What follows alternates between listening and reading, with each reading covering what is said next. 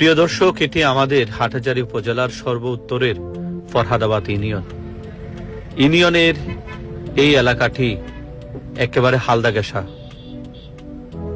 প্রবল স্রোতে হালদার বেড়ি বাঁধ ভেঙে যায়, এলাকায় পানি প্রবেশ করে হু হু করে বাড়ি ঘর পানির নিচে তলিয়ে যায়।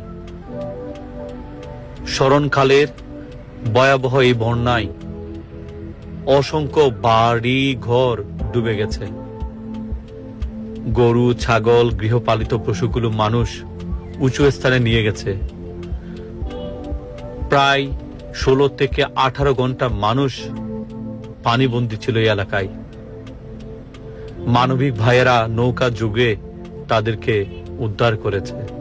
আকস্মিক এই বন্যায় মানুষ দিশেহারা হয়ে পড়েছে।